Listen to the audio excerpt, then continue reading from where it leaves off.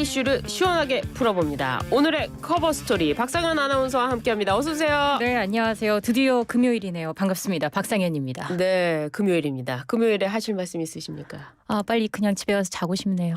아침부터 그러시면 안 되죠. 저희 유튜브 구독하고 선물 받기 소개해 주셔야죠. 네, 지금 777 감사제 진행이 되고 있습니다. 구독자 7명을 모아오신 70명에게 푸짐한 선물을 드립니다. 네. YTN 라디오 유튜브 구독 인증샷 7개를 모아서 카카오톡 오픈 채팅방에 보내주시면 네. 추첨을 통해서 선물을 드립니다. 한우 선물 세트부터 스키 종일권, 건강기능식품, 커피 쿠폰도 드리고요. 1등 상품은 김치 냉장고입니다. 인증샷을 가장 많이 보내주신 분께 네. 김치 냉장고 보내드립니다. 그렇군요. 누구든지 간에 많이 보내주시는 분이 김치 냉장고를 다 가시네요. 네. 알겠습니다. 오늘의 커버 스토리 시작해 보도록 하겠습니다. 어제 국회 국방위원회에 긴급 현안 질의가 있었습니다. 이 자리에서 지난 3일 밤 윤 대통령의 비상계엄 선포 이후 해제까지 이 긴박했던 6시간의 전말이 드러났다고요? 그렇습니다. 계엄군의 국회 출동부터 철수, 계엄사령관 임명, 포고령 선포 등 비상계엄 실행 관련 모든 과정을 김용현 전 국방부 장관이 주도한 것으로 드러났습니다. 박안수 육군 참모총장과 김선호 국방부 차관의 증언이 있었던 건데요. 네. 지난 3일로 돌아가 보면요. 밤 10시 23분쯤 윤석열 대통령이 긴급 담화를 통해서 비상계엄을 선포하고 10시 30분 합동참모본부 지휘통제실에선 김용현 당시 국방장관이 주재한 전군 주요 지휘관 회의가 열렸습니다. 네. 박안수 총장은 이 자리에서 윤 대통령의 비상계엄을 건의한 김용현 전 장관에 의해 계엄사령관으로 지명됐습니다. 이날 핵심 쟁점은 헬기까지 동원한 계엄군의 국회 진입작전을 누가 지시했는지였습니다. 네. 박 총장은 자신이 군부대 투입 명령을 하지 않았다며 정확히 모르겠다. 누가 지시했는지 정확히 모르겠다고 답했습니다. 네. 그러자 김 차관이 병력 투입 지시는 장관이 했다고 밝혔고요. 예. 병력 철수 지시에 대해서는 박 총장이 철수 명령은 장관이 했다고 증언했습니다. 그렇군요. 이 논란이 있었던 계엄 포고령, 이 포고령 발표도 김용현 장관이 주도했다고 밝혀졌어요? 네, 계엄사령부 포고령도 김 전 장관이 박 총장에게 전달한 것으로 알려졌습니다. 박 총장이 포고령에 위법 요소가 있는지 법률적으로 검토할 필요가 있을 것 같다라는 의견을 냈지만 네. 김 전 장관은 이미 법률적으로 검토를 완료한 사안이라면서 발표를 재촉했다는 겁니다. 그렇게 발표된 포고령은 첫 번째 항목에서 국회와 지방의회, 정당의 활동과 정치적 결사, 집회, 시위 등 일체의 정치 활동을 금한다고 규정했습니다. 예. 이걸 두고 계엄 해제를 요구할 수 있는 국회의 활동을 금지하는 건 헌법과 계엄법을 넘어선 위헌적 조치라는 지적이 제기됐는데요. 또한 김 전 장관이 전군 지휘관들에게 비상계엄 지침을 알리면서 명령에 불응할 경우 항명죄가 된다고 언급했다라는 증언도 나왔습니다. 그리고 말은 이런 증언도 나왔지만은 사실은 국회의원들의 정치 활동을 금하지는 않을 뭐 그런 내용도 나왔더라고요. 네. 왜냐하면 보니까 또 이 비상계엄령 선포 7분 만에 국회보다 더 많은 계엄군이 선관위로 투입됐다는 소식을 전해주셔야 될 것 같아요. 네, 동아일보의 단독 보도에 따르면 김 전 장관은 많은 국민이 부정선거 의혹을 제기함에 따라 향후 수사 여부를 판단하기 위해서 시스템과 시설 확보가 필요하다고 판단했다고 답했습니다. 네. 그는 부정선거 의혹 조사를 위해서 계엄군의 선관위 진입을 지시한 게 윤 대통령의 뜻이었느냐라는 질문에 그렇다. 많은 국민이 부정선거에 대해 의혹을 갖고 계신다. 이 의혹을 해소하기 위해 필요한 조치를 한 것이라고 했습니다. 그동안 일부 보수단체와 유튜버들이 주장해온 올해 총선의 선거 개표 조작 의혹을 확인하기 위해서 계엄군의 선관위 진입을 지시한 것이 윤 대통령의 의중이었다는 취지로 풀이됩니다. 그렇군요. 과거에 국정원이 이 중앙선관위 보안 관리 실태를 점검한 결과 그때 부실이 드러났다고 밝혀진 바 있는데 아마 그거와 관련한 이야기인 것 같습니다. 네. 비상계엄이 선포되고 당시 국회 병력이 투입된 상황에서 이 곽종근 특수전 사령관이 공포탄과 테이저건 사용을 계엄 사령관이었던 박 총장에 건의한 사실도 새롭게 밝혀졌어요? 맞습니다. 계엄군은 3일 자정 무렵부터 국회 진입을 시도했죠. 군보다 먼저 국회에 도착한 시민들과 야당 인사들이 국회 담벼락과 국회의사당 출입문을 봉쇄하면서 네. 계엄군을 몸으로 막아서기도 했는데요. 이 과정에서 계엄군과 시민 간의 물리적인 충돌도 발생했습니다.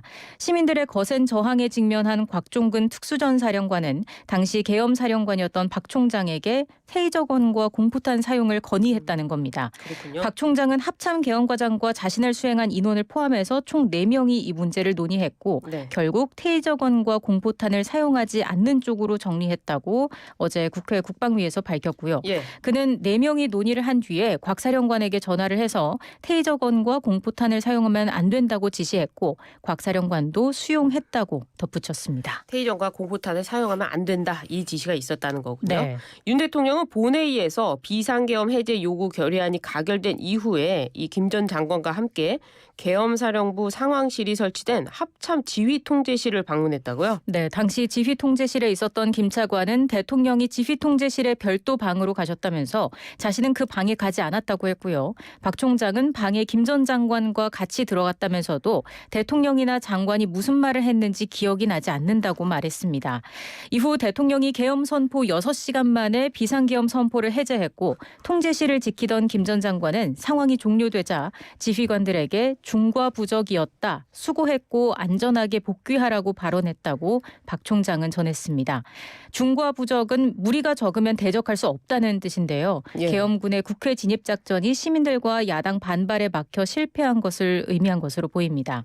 김 전 장관은 그리고 이날 윤 대통령에게 사의를 표명했고 예. 대통령은 5일 오전에 김 전 장관의 면직안을 제가했습니다. 네, 어제는 또 국회 행정안전위원회 긴급 현안 질의도 열리지 않았습니까? 여기서 어떤 내용들이 나왔습니까? 행안위에는 이상민 행정안전부 장관과 박현수 행안부 경찰국장이 나왔고 경찰에서는 조지호 경찰청장과 김봉식 서울경찰청장 등이 출석했는데요. 네. 조지호 경찰청장은 국회를 통제해달라는 요청이 있었고 박안수 당시 계엄사령관과 직접 통화를 했다고 주장했습니다.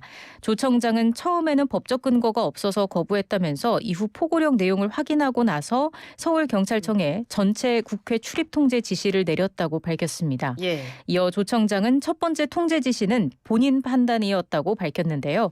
그는 처음에는 혼란스러운 상황이니 전체 통제를 했는데 19분 뒤에 서울청장이 이것은 법적 권한이 없다고 건의해서 국회 상시 출입자는 허락하라고 지시했다고 말했습니다. 예. 이때 배석한 김봉식 서울청장은 처음에는 법률적 판단을 할 여유가 없었기 때문에 통제를 하는 게 맞겠다고 생각했다면서 첫 번째 통제 20분 후 국회 경비대장이 국회의원이 들어가기를 요청한다고 전달했다고 밝혔습니다. 예. 이어 다시 검토를 했을 때 법적 근거가 부족하다고 생각했다면서 그렇다고 모든 일반 시민까지 한꺼번에 들어가면 위험이 있으니 국회의원과 국회 출입증이 있는 분들만 출입하게 된 것이라고 덧붙였습니다. 그렇군요. 이 6시간에 있었던 일이 어제 국회에서 밝혀졌네요. 네. 이런 가운데 야당이 윤석열 대통령과 김용현 전 국방부 장관 등을 내란과 직권남용 등의 혐의로 고발한 지 하루 만에 검찰이 이 수사 배당을 하는 모습, 발빠르게 움직이는 모습이에요? 맞습니다. 서울중앙지검이 사건을 공공수사 일부에 배당한 데 이어서 곧바로 김 전 장관에 대한 출국 금지 조치를 했습니다. 예. 검찰 관계자는 피고발인 가운데 김 전 장관만 공직에서 물러난 만큼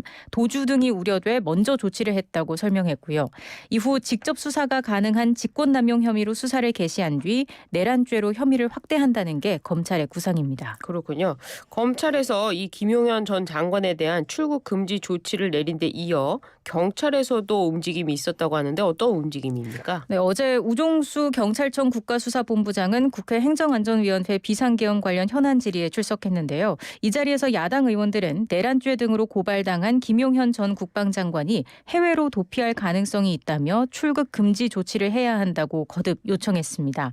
야당 의원들의 요구가 잇따르자 우 본부장은 출국 금지 조치와 함께 긴급히 취할 조치가 있다면 빨리 검토해 시행하라고 안보수사단장에게 지시했다고 말했습니다. 네. 이어 경찰은 법무부에 김 전 장관에 대한 긴급 출국 금지를 신청했습니다. 그래요. 김 전 장관은 출국할 생각이 없었다고 이야기한 것 같아요.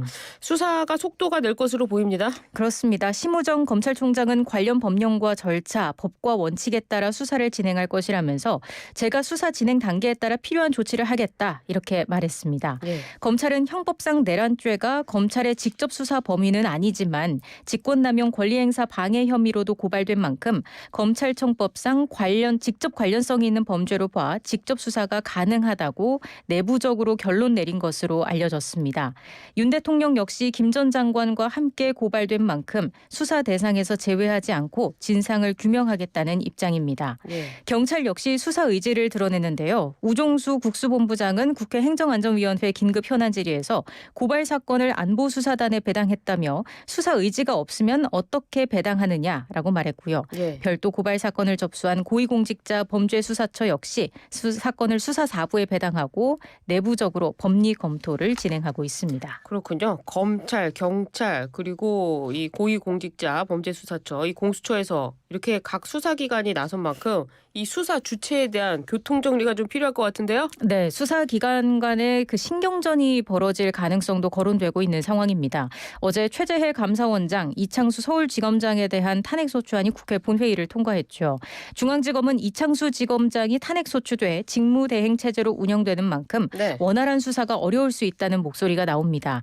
다만 사안의 중대성을 고려할 때 심우정 총장이 직접 수사를 지휘할 수밖에 없는 만큼 큰 문제가 없다는 반론도 있습니다. 예. 또 경찰의 경우에는 셀프 수사 논란이 제기될 수 있습니다. 그래요? 계엄령 선포 이후 국회에 경찰이 투입된 만큼 조지호 경찰청장도 수사 대상이 될 수 있다는 이유에서입니다.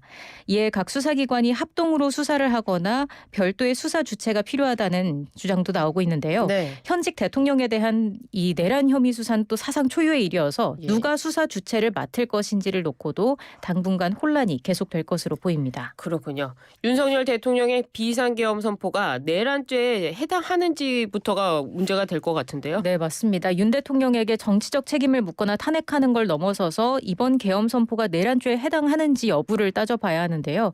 결국은 사법적인 판단이 또 필요한 문제가 아닐까 싶습니다. 네. 형법 87조의 내란죄는 한국 영토에서 국가 권력을 배제하거나 국헌을 문란하게 할 목적으로 폭동을 일으킨 자를 처벌한다고 돼 있습니다. 네. 국헌문란이란 법적으로 적법 절차에 의하지 않고 헌법, 법률의 기능을 소멸시키는 것, 헌법에 의해 설치된 국가기관을 강압에 의해 전복 또는 그 권능 행사를 불가능하게 하는 것으로 정의됩니다. 네. 다만 전문가들 사이에서도 당시의 상황을 폭동으로 볼 수 있는지 국헌문란의 목적이 있다고 볼 수 있는지에 관해서 의견이 엇갈리고 있는 모습입니다. 그리고 대통령의 내란죄에 해당하는지가 좀 문제가 되네요. 네. 한편 넉 달 전에 계엄설을 꾸준히 주장했던 김민석 최고위원이 이번에는 또 두 번째 비상계엄을 선포할 수도 있다. 이런 가능성을 언급했다고요? 그렇습니다. 김용현 전 국방장관이 장관에 내정된 직후부터 꾸준히 계엄설을 제기해왔던 김민석 최고위원.